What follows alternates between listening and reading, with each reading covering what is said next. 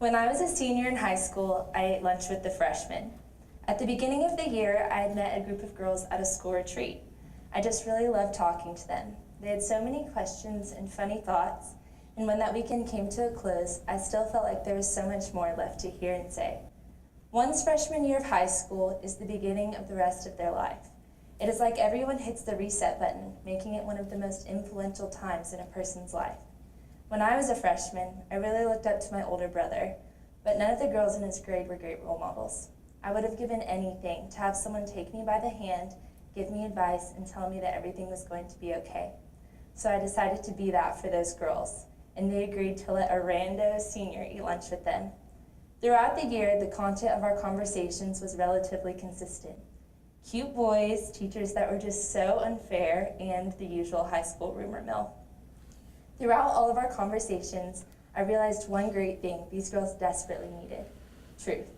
They were not speaking it, hearing it, or believing it. Truth is this currency, spent far more selfishly than money. Truth, or the lack thereof, has the power to skew reality and fog even the brightest of minds. Over the course of my life, I have found that the biggest culprit of withholding truth is none other than myself. I believe the exchange of truth has the power to break chains in people's minds and hearts. All day, we hear lies. And what's worse, we convince ourselves that they are truth. So, with every conversation I had with those girls, I fought to break down the walls of lies that seemed to surround that cafeteria.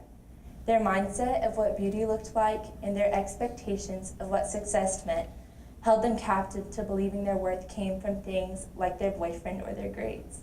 And, contrary to previous opinion, their outfits or knowledge of pop culture would never give them the affirmation they so desperately desired. With humility, we talked a lot about what fills us and what validates us. When they started to hear and speak truth about their worth, those girls started to believe it. So, collectively, our battle with truth still rages on, but now they give and receive it more freely. They have created an entirely new culture for their group of friends, and to this day, I still believe my greatest lesson in high school I learned at lunch with the freshmen. Thank you.